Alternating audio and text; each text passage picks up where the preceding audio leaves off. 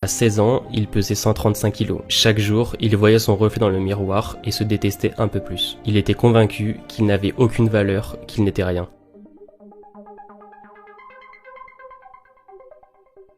1999, David Goggins est à un moment charnière de sa vie. Il a 24 ans, il travaille comme exterminateur de nuisibles et chaque jour ressemble à une spirale de monotonie et de souffrance. Il pèse 135 kilos, son régime alimentaire se compose principalement de fast-food et il déteste ce qu'il voit dans le miroir. Mais pire encore, il est hanté par un sentiment écrasant l'échec. Pour lui, la vie est une impasse. Un soir, après une longue journée de travail où il a passé des heures à pulvériser des cafards dans des bâtiments sales et abandonnés, David s'effondre sur son canapé. Il allume la télévision sans but précis. Et soudain, une image attire son attention. Des hommes, torse nu, rampant dans la boue, transportant des rondins de bois, leur visage marqué par la souffrance. C'était un documentaire sur les naviciles. Ces hommes semblaient invincibles, comme s'ils appartenaient à une autre espèce. David se souvient. Je me suis regardé dans le miroir ce soir-là et j'ai réalisé que je n'étais rien comparé à eux. J'étais un homme faible, brisé et c'était ma faute. Mais je me suis aussi dit, et si je pouvais devenir comme eux? C'était la première fois qu'il entrevoyait une sortie de ce cercle vicieux. Cette nuit-là, il prit une décision qui allait transformer sa vie. Il allait devenir un navicile. Pour devenir SEAL, il fallait passer un test physique impitoyable. Des tractions, des pompes, des courses et des tests de natation exigeants. Mais David avait un obstacle majeur, son poids. À 135 kg, il était loin des standards physiques requis.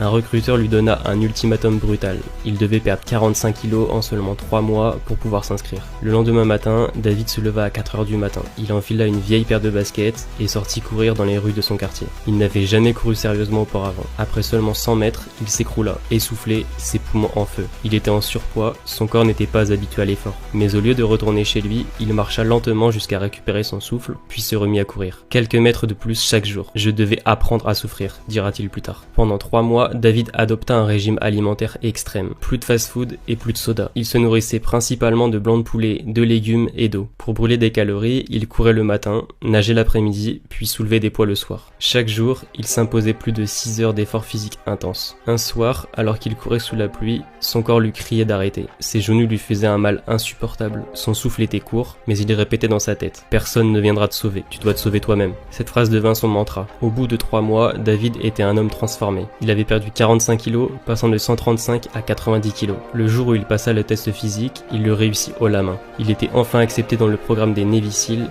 mais le véritable défi ne faisait que commencer.